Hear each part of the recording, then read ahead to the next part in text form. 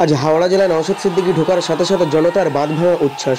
যে ছবি একেবারে আপনাদেরকে দেখানোর চেষ্টা করছি, হাওড়া জেলায় নওশাদ সিদ্দিকী প্রবেশ করার সাথে সাথে এ যেন একেবারে জনজোয়ার। আপনাদেরকে দেখানোর চেষ্টা করছি আজ নওশাদ সিদ্দিকী এসআইআর সহায়তা শিবির ও জনসভায় উপস্থিত হন হাওড়া জেলার খলিশানি মালপাড়া উলুবেড়িয়া এলাকায়। সেখানে একেবারে দেখতে পাচ্ছেন হাজারে হাজারে মানুষ কিন্তু জমায়েত করে। নওশাদ সিদ্দিকী যাওয়ার সাথে সাথে মানুষ একেবারে তার সঙ্গে একবার সাক্ষাতের জন্যে একেবারে কিভাবে নওশাদ সিদ্দিকীকে দেখার জন্য সেখানে ভিড় করেছে সেই ছবি একেবারে আপনাদেরকে দেখানোর চেষ্টা করছি। আজ এই সভা থেকে নওশাদ সিদ্দিকী কী বার্তা দিলেন সেটাও আপনাদেরকে শোনানোর চেষ্টা করব। 2026 বিধানসভা ইলেকশনের ঘোষণা হওয়ার আগে থেকেই নওশাদ সিদ্দিকী বাংলার এক প্রান্ত থেকে অপর প্রান্ত যেখানেই যাচ্ছে মানুষের বাঁধ ভাঙা উচ্ছ্বাস। মানুষ যেন নওশাদ সিদ্দিকী তথা আইএসএফের থেকে এক নতুন দিশা পাচ্ছে, এ ছবি তারই প্রমাণ দেয়। নওশাদ সিদ্দিকী যেন বাংলার প্রতিটা প্রান্তে প্রান্তে একটা করে নওশাদ সিদ্দিকী প্রয়োজন, এই কথা যেন বাংলার মানুষ বলতে চাইছে। সরাসরি আপনাদেরকে সেই ছবি আপনাদেরকে দেখানোর চেষ্টা করছি। নওশাদ সিদ্দিকীর জনপ্রিয়তা দিন দিন বেড়েই চলেছে, সেই ছবি আপনাদেরকে দেখানোর চেষ্টা করছি। আজ নওশাদ সিদ্দিকী থেকে কী বার্তা দিলেন এবং আপনাদেরকে সেটাও আমরা শোনানোর চেষ্টা করব। আমাদের চ্যানেল নতুন হলে চ্যানেলটি সাবস্ক্রাইব করুন, ফেসবুক পেজে দেখলে পেজটি ফলো করবেন, ভিডিওটি প্রচুর পরিমাণে শেয়ার করুন। একেবারে সরাসরি সেই ছবি এক্সক্লুসিভলি আপনাদেরকে দেখানোর চেষ্টা করছি। নওশাদ সিদ্দিকীর আজ হাওড়া জেলায় দুটি সভা ছিল। আপনাদেরকে জানিয়ে রাখি, রক্ত অর্পণ শিবিরে উপস্থিত থাকছে উনসানি মোল্লাপাড়ার জগাছা এলাকায় তিনি উপস্থিত ছিলেন বিকাল 3:30 থেকে, এবং এসআইআর সহায়তা শিবির ও জনসভায় উপস্থিত হন খলিশানি মালপাড়া উলুবেড়িয়া হাওড়া জেলার মধ্যে। 5:30 থেকে আজ এই সভা অনুষ্ঠিত হয়। সভা শুরু হওয়ার আগে থেকেই কিন্তু হাজারে হাজারে দর্শক ভিড় করতে থাকে। প্রিয় নেতা নওশাদ সিদ্দিকী এখানে এসে কী বার্তা দেবেন, ভাঙড়ের বিধায়ক নওশাদ সিদ্দিকী আজ এখান থেকে কী বার্তা দিলেন, সরাসরি আপনাদেরকে সেই ছবি আমরা শোনানোর চেষ্টা করব। সরাসরি আপনারা শুনতে থাকুন।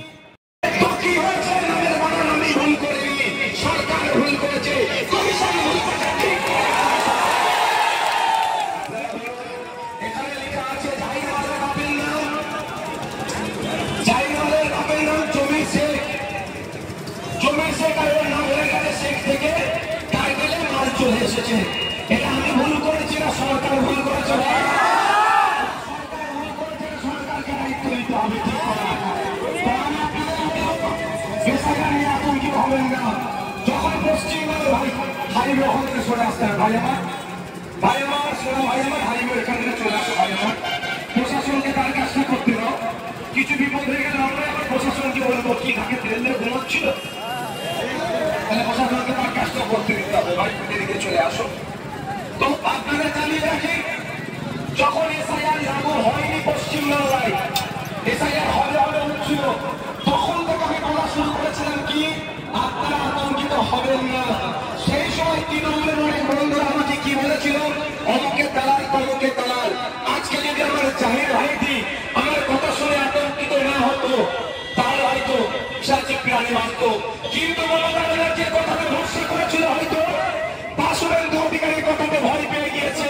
1.5 কোটি রোহিঙ্গা আছে, জাহিরের টাইটেল মিলছে না, সেই জন্য জাহির ভয় খেয়ে গিয়েছে। 30 বছরের একটা তরতাজা যুবক যার মতো বয়সী ছেলেরা ভয়কে অপেক্ষা করে চলবে, কিন্তু পশ্চিমবাংলার মাটিকে এতটাই আতঙ্কিত করে রেখেছে। 30 বছরের একটা যুবক যে দেশের জন্য রাজ্যের জন্য কত ধরনের কাজ করতে পারত, সেই মতো ছেলে সুসাইড করলো। এর দায় কোনো হাতেই সুরেন্দ্র অধিকারী এড়িয়ে যেতে পারে না। সুরেন্দ্র অধিকারীকে জন্য পরিচয়ের মধ্যে রাখা দরকার। কি হয়েছে, তার নাকি পদবী ভুল আছে, এই জন্য ছেলেটি 30 বছরের ছেলে, মানে আমাদের মতো বয়সী ছেলে, তার পদবী ভুল আছে, সেই জন্য সে ভয়ে সুসাইড করেছে। আচ্ছা, এই আতঙ্কের পরিবেশ কারা তৈরি করলো খুঁজে বার করতে হবে। এই আতঙ্কের পরিবেশ কেন তৈরি হলো? এই বালপাড়ার মানুষেরা যারা আমার বাপের বয়সী মানুষ, তাদেরকে বলবো 2002 সালে আপনারা এসআইআর দেখেননি, তখন তো কেউ সুসাইড করেনি, তখন তো কেউ মারা যায়নি, তখন তো কাউকে আতঙ্কিত করা হয়নি। তাহলে 2025 সালে এসে এসআইআর এর আতঙ্কে কেন সুসাইড করবে? এই আতঙ্ক ছড়াচ্ছে কে? শুভেন্দু অধিকারী আতঙ্ক ছড়াচ্ছে। শুভেন্দু অধিকারীকে আতঙ্ক ছড়ানোর জন্য কেন মমতা ব্যানার্জিকে পুলিশ গ্রেফতার করেনি, এর জবাব মমতা ব্যানার্জিকেই দিতে হবে।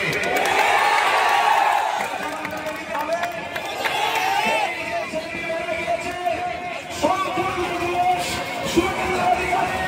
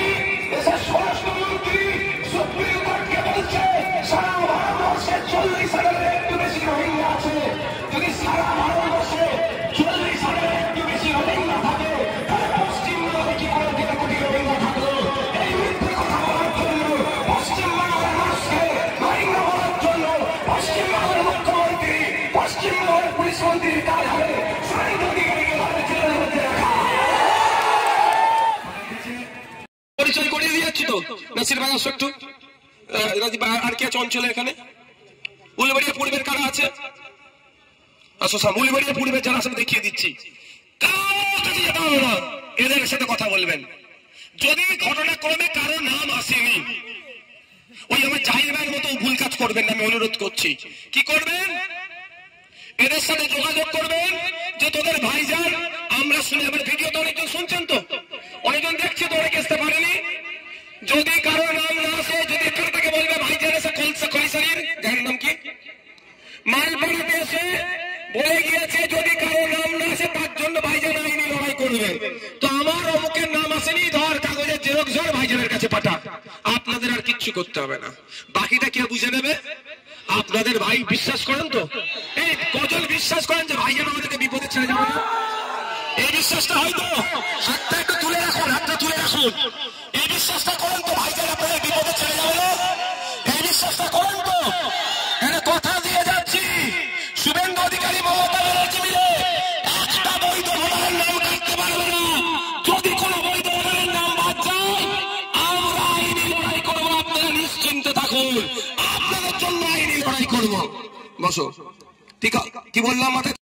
এই উত্তরপত্রটাই আইনি লড়াই করার জন্য যথেষ্ট। কারণ যদি মাস্টার মশাই দেখেছি আমি সঠিক উত্তর দেওয়ার পর আমার উত্তরপত্র যদি লাল কালি মেরে দেয়, আমার কাছে কিন্তু একটা কপি আছে ভাই, মাস্টার কিন্তু এড়িয়ে যেতে পারবে না। তো সুতরাং যখন উত্তর কপি আছে, যদি মাস্টার আমার উত্তর আমার ওনার কাছে যেতে গিয়েছে যদি কেটে দেয়, আমার কাছে একটা কপি আছে। এই কপিটা নিয়ে কি করবেন? ভয় পাবেন না, ওই জাহির ভাইয়ের মতো অন্য ভুল কাজ করে ফেলবেন না, নিশ্চিন্তে থাকবেন। কথা দিয়ে যাচ্ছি, এখান থেকে ফুরফুরা বেশি দূর নয়। পারলে আমার নেতৃত্বের সাথে কথা বলবেন, যদি মন না মানে সিধে ফুরফুরা শরীফে চলে যাবেন। জানেন 8ই ডিসেম্বর ফুরফুরা শরীফে নলেজ সিটির প্রোগ্রাম ছিল, বড় ভাইয়ের আপনাদের জন্য প্রোগ্রাম বাতিল করেছে।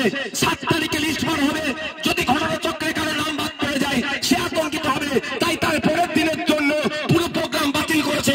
আমার বড় ভাই যার বাড়িতে থাকবে তার কাছে একটা জেরক্স কপি দিয়ে আসবে।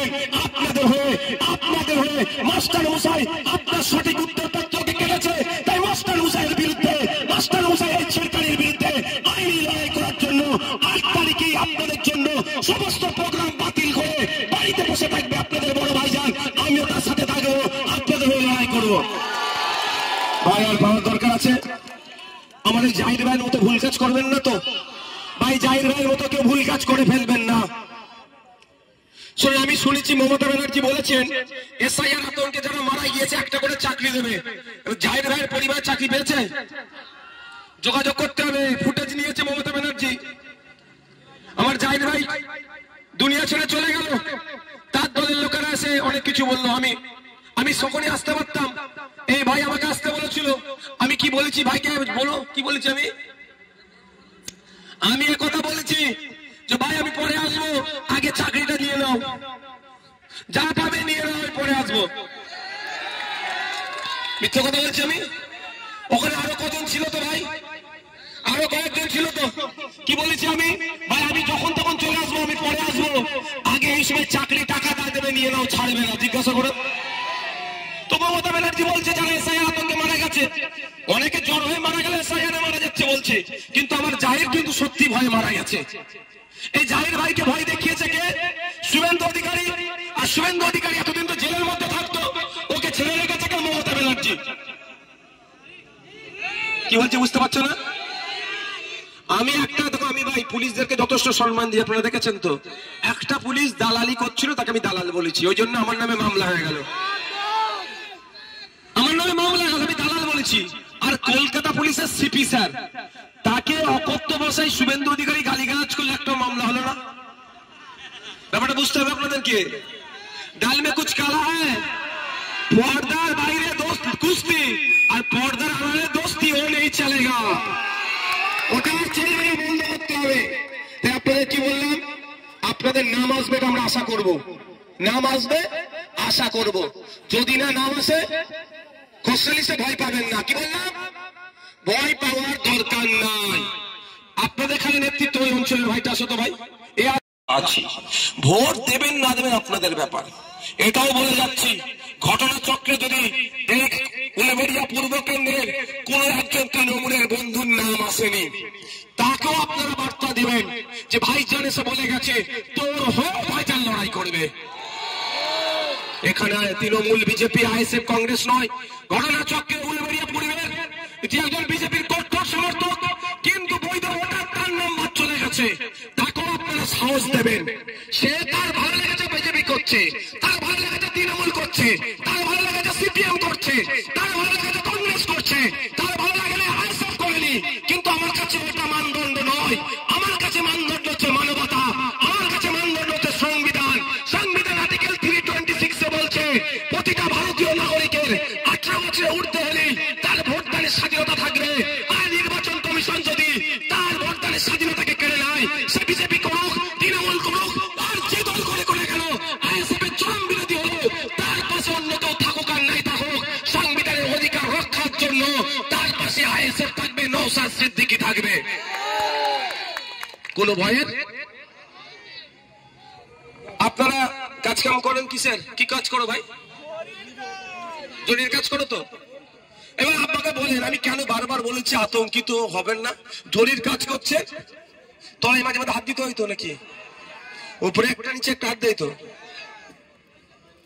ঠিকঠাক বলছি তো নাকি? আচ্ছা, কাজ করছেন, এদিকে মাথায় এসআইআর হবে, এসআইআর হবে, এসআইআর, হাতে তো ছুঁচ উঠে যাবে ভাই। কি গো, কাপড় কাটছো, কাটিং মাস্টার এসআইআর হবে, ও তো প্যান্টের জায়গায় শার্ট কেটে ফেলবে। বাচ্চাদের ফ্রক কাটার জায়গায় তো মেয়েদের জায়গায় ছেলেদের ফ্রক জামা গেঞ্জি কেটে ফেলবে। যদি মাথায় টেনশন নিয়ে কাজ করো, আমি আপনাদের বলবো যে কাজ করেন আপনারা, দর্জির হোক, জরির হোক, যাই হোক, আপনারা আপনাদের বিন্দাস কাজ করুন। আমাদের ভিডিও দিয়ে আছে ফেসবুকে, আমার পেজও আছে, আপনারা ফর্ম ফিল আপ করুন, নাহলে আমাদের নেতৃত্বদের সহযোগিতা নিন, এরা ফর্ম ফিল আপ করবে। বা ওখানে দেখবেন তৃণমূল, সিপিএম, কংগ্রেস অনেকে বুথ করেছে, আপনারা আমাদের কাছে আসতে বলেন বা ওদের কাছে যেতে বলেন। এখানে আমি কোনো ভেদাভেদ রাখতে চাই না, আমার চাই বৈধ ভোটারের নামটা থাকুক। সেখানে আপনি জেরক্স ফর্ম নিয়ে গিয়ে ফিল আপ করে নিয়ে এসে ঘরেও ফিল আপ করতে পারেন, গিয়ে ঠান্ডা মাথায় ফিল আপ করবেন, ফিল আপ করে জমা দিয়ে রিসিপ্টটা নিয়ে নিন। জরির কাজটা মন দিয়ে করুন, এমনি জরির অবস্থা খারাপ হয়ে গেছে, বেশি কাজ করতে হচ্ছে, কম কামানি পেচ্ছে। আজকে দাঁড়িয়ে দেখেন আলোচনা করার দরকার ছিল যে জরির একটা সময় এত ডিমান্ড ছিল, এখন কমে গেল কেন? ডিমান্ড এখন কমেনি, মজুরি কমিয়ে দেওয়া হয়েছে। মধ্যিখানে দালাল ভুইফোড়েরা আপনাদের মজুরিকে চুরি করছে। সরকারের কাজ ছিল এই দর্জি, এই জরি শ্রমিকদের দুর্দশার কথা চিন্তা করা। সরকারের কাজ ছিল কি এই দর্জি বা জরি শ্রমিকদের যাতে দিনের আয় বাড়ে তার ব্যবস্থা করা। সরকারের কাজ কি ছিল আন্তর্জাতিক স্তরে এখান থেকে এই দর্জি বা জরির কাজ ডাইরেক্ট কাটে যেতে পারে তার ব্যবস্থা করা। তার পরিবর্তে সরকার আপনাকে কি করছে? এসআইআর লাইনে লাগিয়ে দিচ্ছে।